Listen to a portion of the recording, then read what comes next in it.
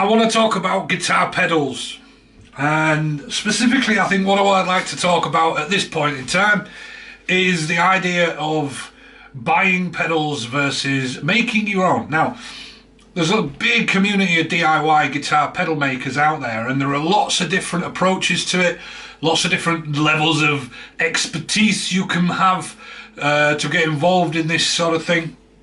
But you can be a complete electronics expert and build your own and design your own PCBs and get them printed somewhere, or even print your own and then put your pedals together yourself and all that, and design your own circuits and all this and that. But I'm not that person. That's not the sort of guy I am. I'm the kind of guy who likes to play around with guitars. I do like building things, but I like the mechanical parts of it really, as opposed to the design and the development parts of it. So at the end of the day, I do it because I want something that makes a cool fucking noise at the end, right? I just want to have a bit of fun putting the thing together, but then at the end get to plug the thing in and make some cool ass noise. Now, what's the main reason why anyone would want to build their own guitar pedal? Well, I'll tell you what my main reason is for building my own guitar pedal. I can have a pedal I really, really want for a fraction of the cost of the real thing retail, or even a used pedal. And that's the main reason for doing this. After that, yes, I enjoy the building part of it, getting the soldering iron out. Oh, look at this soldering iron there, right? Getting that out and soldering shit together. Oh, that's fun as well. And obviously the end bit, you get a pedal that you can play around with. And I kind of like the idea of having something that, I built and nobody else has got one like it, even though the circuit's the same. So yeah, let's talk a little bit about the types of pedals you might want to build yourself, because from my experience, I've been doing this quite a number of years now. There are only certain types of pedals that you might want to build for yourself, and typically they are the ones that like drive pedals and modulation type pedals. There are other types of pedals that you maybe you're not going to find a way to build your own because they're just a little bit too complex. The electronics engineering involved in them is a little bit out there and a little bit beyond what the typical DIY community will allow you to do. And so what are we talking about there? We're talking about things like utility type pedals, so things like noise suppressors and tuners, and EQ pedals. I mean, you can get some DIY EQ stuff, but specifically these are ones you're going to end up with. It's easier just to fucking buy the thing, especially like tuners, right? I mean, who wants to build their own tuner when you can get a good TU3 or a TU2 for like next to no money at all? And the same with a noise suppressor. I mean, you probably could find a way to DIY your own, but again, these things are so cheap and they work so well, you can probably just go ahead and buy one of these and you're done. Now, again, when I talk about having pedals for a fraction of the cost, some pedals these days are fucking stupidly, ridiculously expensive, aren't they? I mean, take a tube screamer for example, right? A standard sort of model tube screamer these days, a reissue of the original, TS-808, something like that, is going for 150, 175 quid, something like that. Used, you can get it a bit less, but even the used prices are staying up there reasonably well. But here we go. Look, I built my own a few years ago, tube screamer, and I think all in that probably cost me about 25-30 quid for all the parts. Obviously took my time in putting the thing together, but I did it and it sounds just as fucking good as every actual tube screamer I've ever bought. In fact, it even sounds a little bit better, and I'll tell you for why. Sometimes when you're building your own pedals, you can source parts that are just that little bit higher quality, and when you're talking about the mass manufactured ones coming out of the factory by the main retailers, those guys are sourcing the parts as cheaply as they can so they can bang as many out as they possibly can for as little money, so they can get them out there and people can buy them. And I'll tell you this as well, right?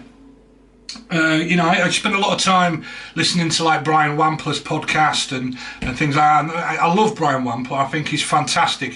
Should he ever be listening to this, big, massive shout out to Brian Wampler. I've never actually bought any of your pedals, but I have built quite a few based off your circuit, and I've certainly taken a lot of advice off you over the years about various things. So sorry I haven't been financially supportive of your brilliance, but you know, at the same time, you've helped me out, and I really appreciate that. So you're getting a shout out right now, Mr. Wampler.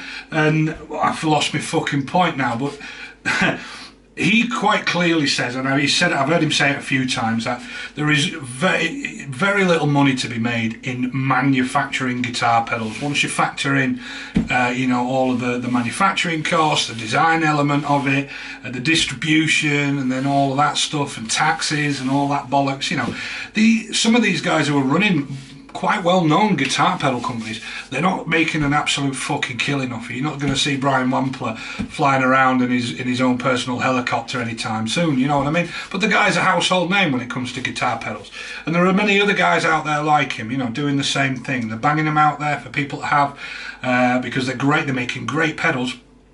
But these guys are not making a huge amount of money. And I didn't get into this to make money. I got into this to have great pedals that I had fun making, and at the end of the day they sound just as good as the real thing. But here's the thing, I think sometimes they can end up being a little bit better than the mass-produced ones, because like I said, when you're mass manufacturing stuff, you're buying the cheapest possible components you can to factor in all your costs and all that shit, and so you know, you have to compromise somewhere, and typically speaking you do that by by buying in components as cheaply as you can. So you don't necessarily always buy the best components, you buy the most cost effective ones. Whereas when you're building these pedals yourself, maybe you can afford to go a few extra pence for a slightly better component, a slightly better standard of capacitor, or you know, a slightly better standard of resistor, or whatever, you know. Or you can find these individual parts, and you're just buying enough to make the one pedal, and it can end up often being that little bit better. So, and the same with the pots and the switches and all that stuff, you know. So sometimes you can end up with something better than the real thing. And if your standard of build is up to quality, then it can be just as robust. I mean, at the end of the day, these are pretty much standard issue metal boxes from, I think most of these are made by a company called Hammond. Even the mass manufacturers, the big companies, are using pretty much the same thing. I mean, I've got some electro-harmonic stuff here. It's all Bogo standard, sort of same stuff you'd buy just to make your own, you know. These things are just as robust as a mass manufactured pedal if you get them right, you know. Doing this allows you to buy the pedals you want for a fraction of the cost. So there we go, Tube Screamer for 25-30 quid, and it's as good as any fucking Tube Screamer I've ever had. In fact, this one actually has a switch in the middle there that has various different clipping options. It's got diode and LED clipping, as well as the standard clipping in there. Here's another example, and you'll have to forgive my labelling on this, because I do have a mate actually who helps me out with the artwork on these. Well, when I say the artwork, I do the artwork. He helps me print them onto the actual case. It's a bit dusty, this one, it's been on my board a while, but you can see there it's got black, and it's got nice looking writing, and it's got my little brand on the bottom, Dog Shack Devices and all that. Whereas this one just says Mootron. In fact, is that backwards? Are you seeing that backwards? I can't tell. So anyway, yes, that is a Mootron. Anybody who doesn't know what a Mootron is, Google it. I'm not going to explain it right now, but you can't get one of these anymore. They stopped making them. They don't make new ones anymore, and you can't get one for less than, I don't know, 300 quid, 400 quid, 500 quid. Sky's the limit, really. But it's one of those sort of classic funky. Have you ever heard the Grange Hill theme tune? That's the sound you're hearing on there, or lots of classic 70s funk stuff. It's like an auto-wah type effect, but the Mootron was the one to have, you know. And I built that again. You know, I could have tried to find a genuine one and paid hundreds and hundreds of pounds. Instead, I built that one probably for about 40-50 quid, something like that. And here we go. Look, here's a fuzz face. See how it says fuzz face on it? It's a fuzz face. That is actually a Roger Mayer. Is it Roger Mayer? The guy who built the pedals for Jimi Hendrix. It's his version of it, right? Normally you see it in the round thing with the knobs and all that, but it's the exact same circuit in a cute little box that fits nicer on the pedal board, doesn't look like a big stupid round thing, and it just works, just does what it does. Yes, I will at some point go and rebrand these and paint them up nice like me other ones that I do, but we're on lockdown right now and I can't get down to see my mate to help me do them, so I'm just the ones I've been putting together recently I haven't had a chance yet, and that's what they all look like. They've just got a bit of sharp on the front, so I know what they are. But here's the point, right? There's hundreds of pounds worth of pedals there that I've built for less than £100 between these three. So, you know, that in itself is a fantastic advantage to doing this. Now, I want to talk a little bit about the resources that I use in doing this as well, because I have to make a few shout outs to some of my pals out there who are providing the DIY community with the tools and the gear and all of the bits and pieces that you need to do these. Now, there's three sort of main resources I use. And I'll talk about my favourite one first. It's a company called Jeds Peds. These guys, what they do is they build their own circuits and they supply the kits, and you can buy all of the components you need in one go, and they come as in a package with all the loose components and all the bits you'll need. You can buy the whole lot and then just build it together yourself, and their circuits are great. I mean, you end up with a proper nice little looking circuit board, and then you can do all the extra wiring and bits and pieces and your case and all that, and those guys provide a great fucking service. But the great thing about Jeds Peds, and the thing that for me makes them stand out above the others, is the community around it and the support. Fantastic Facebook community, great bunch of guys, and there's no snobbery whatsoever. You can be the most green novice to this whole thing, or you can be the most serious, like, expert in everything, and you know, everybody's welcome on that community, and everybody, you know, everyone's nice to each other. That's the thing. I mean, how many Facebook groups are people members of these days where everyone's just a twat to each other, right? In this case, this community is really, really nice, and the support itself from the guys who run Jeds Peds is phenomenal. And they're a really nice bunch of guys, and they're really helpful and really communicative as well, and really engaged with the community and the customer base and all that. And they do some great t-shirts as well. So yeah, there's Jeds Peds. Another one I use quite frequently as well, and again, you know, similar, company called Fuzz Dogs. Again, great knowledge, great expertise in it. Very similar to Jeds Peds in that they provide shitloads of kits with, you know, that are basically exactly the same as the real life retail pedal, and they end up sounding great, and they end up coming together really well. Both places provide really good documentation, really good, easy to follow guides and instructions and things like that. And I might throw some bits and pieces up on the screen as I'm talking about this, so you can see this sort of thing. But you really can't go wrong with either of those guys. These guys will help you get there as easy as possible.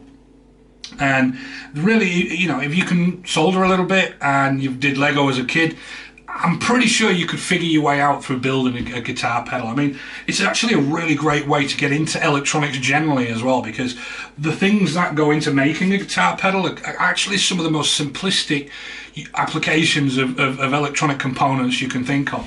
Some of the circuits are not that complex at all, and you'd be surprised at how quickly these things can go together. And it's just a great bit of fun, you know, a bit of learning. And if you get them wrong, you know, no harm, no foul. You're not out a shit pile of cash. It's all very approachable and all very, you know, attainable, I think is the word I'm looking for. So, third resource that I use quite a lot is another company called Bitsbox. Now, I love these guys as well.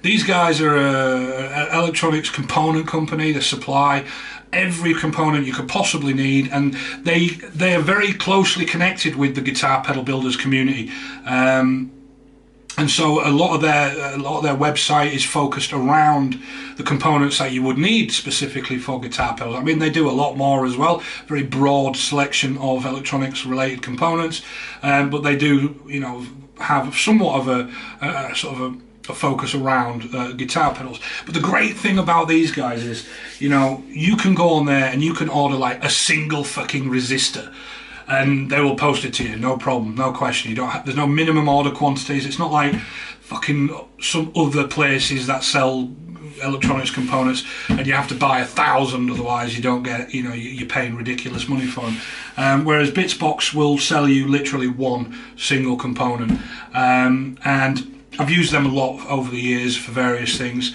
If I just needed one component or a couple of components or a few things, they've been a great resource for that. But they've also been a real great resource when I've decided I wanted to do a build that was perhaps a little bit more DIY than the types of kits you would get from the Jeds Peds and the Fuzz Dogs type places.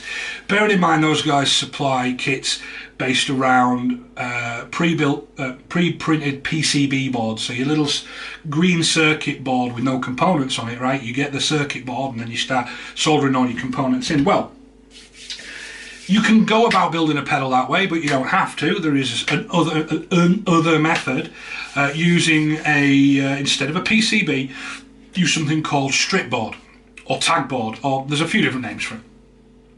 Now, if I was a bit cleverer, I would have got a bit of it out to show you. In fact, I will. Here we go. That's my Bitsbox. Where are we?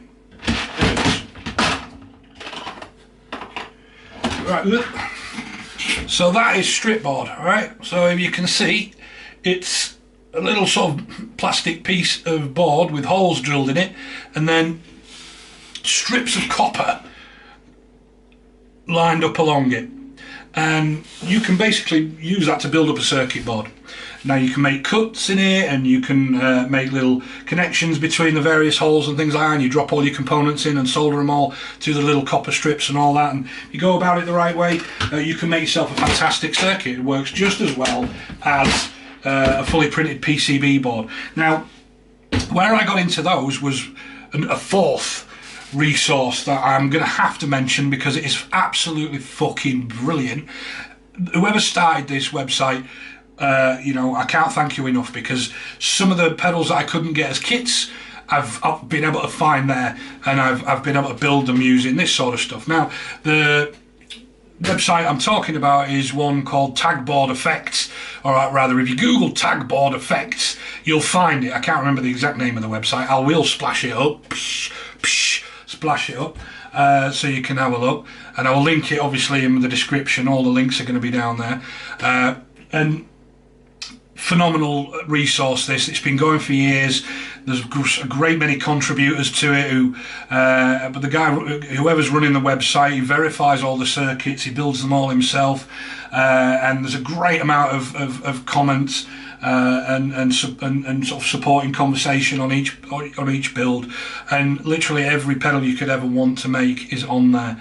If it's out there, if you know, if the knowledge is out there, if somebody's reverse engineered the circuit somewhere, then the knowledge is on there to allow you to build the circuit. And yeah, I'll show some examples now as I'm talking here. So quite a few of my pedals are built that way as well, and that's a real, I'll be honest with you, it takes a little bit longer because you've got to deal with this stuff, and to make your circuit you've got to prepare your board and have it you know, cut the right way and link the right way and so on. Whereas with a printed PCB like you'd get from the kit guys, you know, that makes your life that little bit easier. Those printed PCB boards have a lot of information on there that tell you what needs to go where. You can't really go wrong with a printed PCB.